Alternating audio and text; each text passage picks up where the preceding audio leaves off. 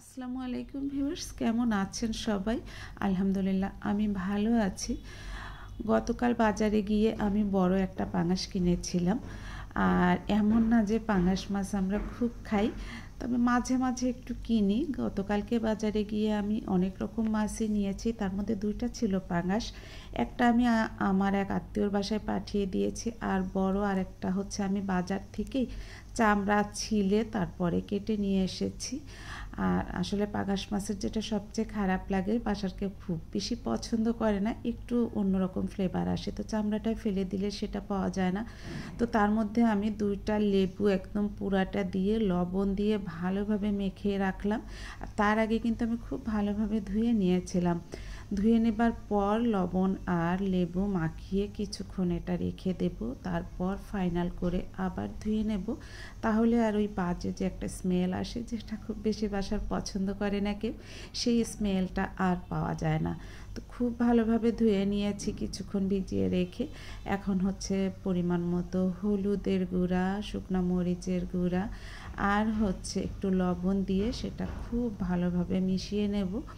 এগুলা হচ্ছে আমি একসাথে এখন সবগুলা ভেজে রাখবো, তাহলে আমার রান্নার সময় আর ওই প্রতিদিনই ভাজা বা ধোয়া লবণ মাখানো হলুদ মাখানোর ঝামেলাটা আর থাকে না।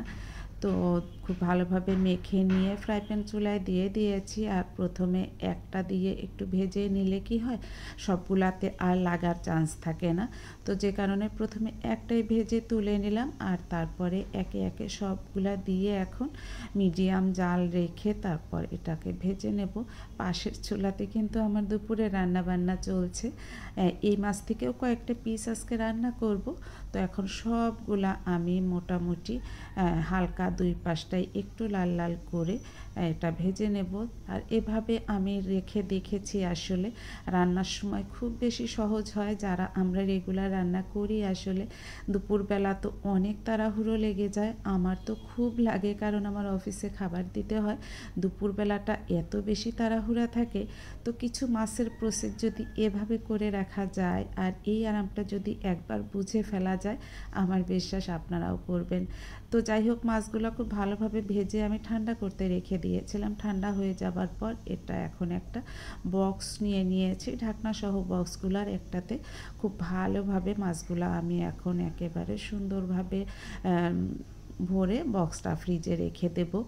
আমি চিংড়ি মাছ বা কোনো বড় মাছ হলে এইভাবেই রাখি, তাতে আমার খুব সুবিধা হয়। আর মাথার অংশগুলো একটু ছোট করে কেটে নিয়েছি, সেটাও একটা আলাদা বাটিতে নিলাম, এটাও ভেজে রেখেছি।